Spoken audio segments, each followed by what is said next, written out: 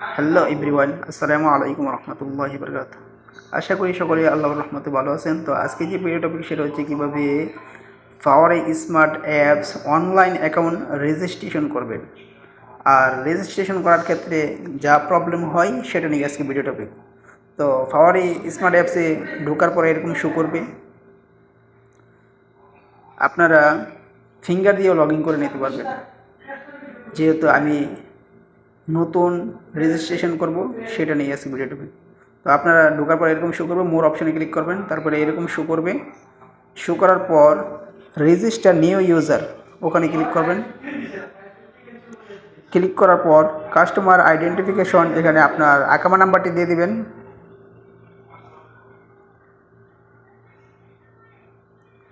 আকামা নাম্বারটি দেওয়া হওয়ার পর আপনারা আই এম নট রোবট ওখানে ক্লিক করবেন।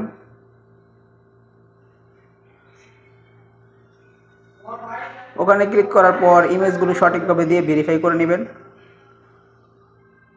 তারপর নেক্সটে ক্লিক করবেন।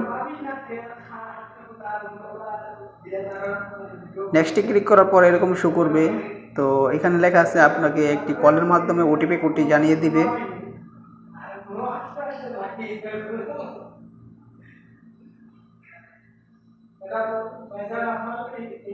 তো এখানে একটু ওয়েট করতে হবে। এই যে আমার কলটি চলে এসেছে। তো আপনাদেরকে সাউন্ডটা শোনাতে পারলাম না, এই জন্য সরি। আপনারা ওয়ান চাপবেন, ওয়ান চাপে ওটিপি কোডটি জেনে কলটি কেটে দিবেন। তারপর ওটিপি কোডটি এখানে বসাই দিবেন। বসাই দেওয়ার পরে এরকম শো করবে। তারপর আপনার ডেবিট কার্ড, যে ডেবিট কার্ডের নাম্বারটা ওখানে ক্লিক করবেন। তারপর ডান পাশে ক্লিক করার পর আপনারা ওখানে নিচে ক্লিক করবেন, অটোমেটিক বসে যাবে। তারপর নিচে যে কার্ড সিক্রেট, এখানে আপনার 4 ডিজিটের পিনকোড যেটা কার্ডের, ওটা এখানে বসাই দিবেন।